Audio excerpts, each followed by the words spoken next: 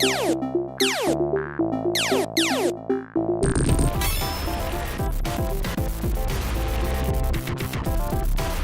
a little stretch here.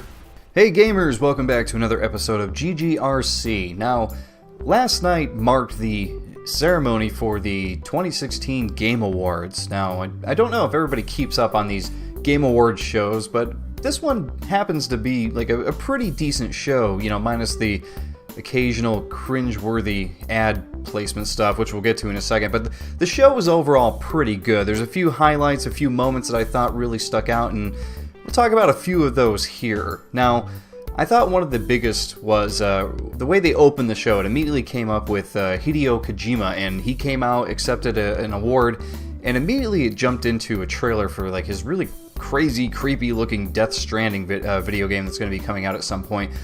Most interesting thing about the trailer is that there's a digital Guillermo del Toro in there, which is crazy, right?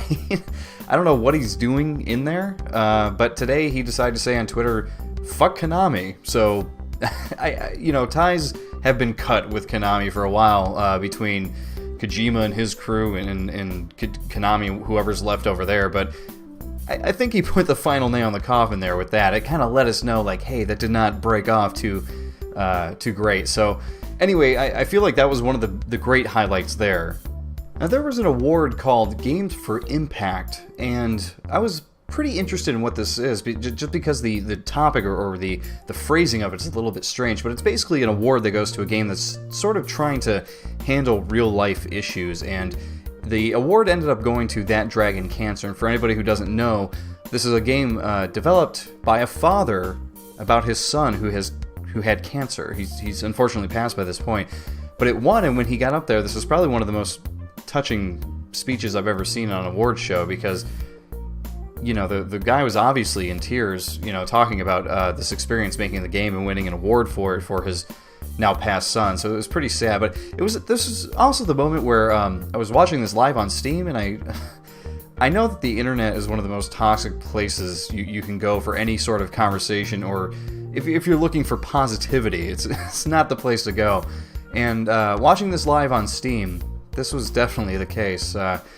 People like ripping into this guy, you know, I don't really have the words for it, but it just kind of makes me sick, you know? Like, this is some real life stuff. I get it, you guys want to joke about all the other stuff that's going on. I'm in on it, I understand, but this is like pretty serious stuff, and for people to poke fun at it, I don't know. I got no words for it, but these people are slime. You're slime. Sorry. And Game of the Year ended up going to Overwatch, which I can fully support because Overwatch is a great game. I put quite a bit of time into it over this year, so I can definitely support that. But I want to get into this weird, cringe-worthy Schick Hydrobot. This was really weird. Anybody who's rewatching any of this stuff from the Game Awards or whatever, like, I get it. They got to make money, you know, stuff, you know, to produce at that level, to have, you know, the lights and the advertising and all the people there and everything. It costs money. I get it, but those were really bad. It felt like they were advertising for the 90s again. You know, do you remember those old 90s video game ads and magazines and commercials where they're like, put this in there, this'll appeal to gamers and kids?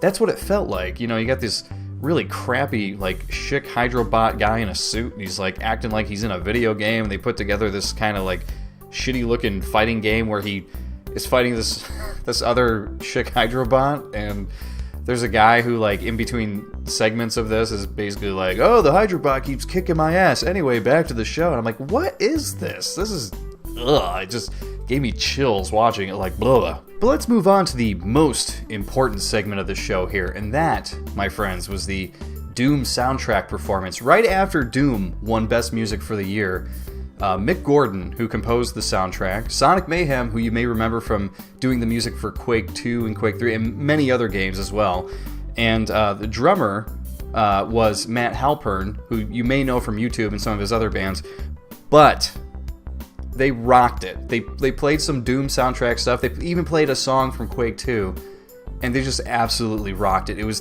the highlight of the night for me, because when it came up, I didn't read anything in advance about this show. I had no idea that they were going to be playing. And even if I did know beforehand, I probably wouldn't have paid much attention because I'd just be like, whatever. But they treated this like it was a concert. Guy on guitar, guy on drums, guy doing sampling and electronics. You had a band up there. And a lot of times when they have performances up there, it's a guy with a guitar, like an acoustic thing, or Run the Jewels was doing a rap song up there with their DJ and everything, and it's fine, it's cool or whatever. But this really spoke to me because I grew up listening to rock music and metal music and punk and stuff like that. So to see these guys just come out and absolutely rock it, and see Mick Gordon up there like jumping around and running back and forth on stage playing guitar, and everything sounds good, I'm just like, wow, this was awesome. This was something that I was watching, and whatever I was doing at the time when it came on, I just slowly like turned my head and started watching it, and I'm just like, yeah, this is this is great. So what I've done is, and I know a lot of other people were wondering about this, was I've created a petition. Now, the petition is to bring these guys on tour. Now, a lot of people on Twitter and on the internet are wondering, how can we get these guys to play these songs live? Get them to come to my town and play these songs at a venue that I can go to. Buy a ticket and get in there and check it out. Well, Sonic Mayhem said on Twitter, hey, the best way to do this is to let Bethesda know that this is something that you want. So I have created a petition, and the link will be in the description, and it'll be up here as it appears, as it always does. But make sure that you click it, sign it up, because I know that after you watch this performance, because I will include the link for that as well in the description, watch the performance on YouTube if you missed it, and just like see how awesome it is. And just imagine if you were actually there and they had like a real sound system and maybe like a bigger band, maybe some other people playing some other instruments, It could be amazing. And the songs, in my opinion, already sounded good. Imagine how great they'll sound with a fuller band or in an actual venue with a real sound system. This could be pretty amazing. So please, sign the petition, get in on it, and if you haven't already, check out the YouTube video for the performance, because it is just awesome. So that's all I have for you guys for the Game Awards for 2016. Short and sweet. I didn't feel like there was a whole lot of super interesting stuff going on, but it was a good show nonetheless. I thought it was cool to see Nolan North and Troy Baker on the stage together when they were presenting for Best Art Direction.